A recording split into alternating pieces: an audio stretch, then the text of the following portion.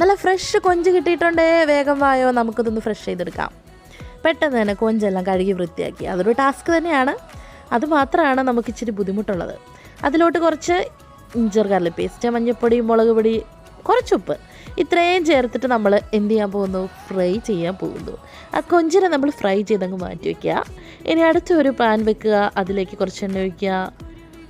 Coconut oil തന്നെ എടുക്കുകയാണെങ്കിൽ പ്രത്യേക ടേസ്റ്റ് ആയിരിക്കും കേട്ടോ. കുറച്ച് സവോള ഇടുക. പെട്ടെന്ന് സവോള വഴഞ്ഞു വരുമ്പോൾ എഗെയിൻ നമുക്ക് ഈ ജിഞ്ചർ ഗാർലിക് പേസ്റ്റ്, മഞ്ഞൾപ്പൊടി, മസാല, മുളക് പൊടി ഇതെല്ലാം ആഡ് ചെയ്യാം. ഇതാണ് മെയിൻ ഐറ്റം, തക്കാളി പേസ്റ്റ്. ഈ തക്കാളി പേസ്റ്റിലോട്ട് ഈ മസാല പിടിച്ചിട്ട് ആ മസാല കൊഞ്ചിലേക്ക് വെന്തിങ്ങനെ ഇറങ്ങി വരുമ്പോൾ ആ കൊഞ്ചിന് നല്ല സോഫ്റ്റ്നെസ് കിട്ടും. അതാണ് ഇതിൻ്റെ സ്പെഷ്യാലിറ്റി.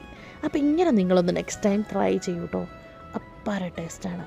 ആവി കയറ്റി നല്ല ബ്രെഡും കൂടെ കൂട്ടി നമുക്ക് കഴിക്കാം.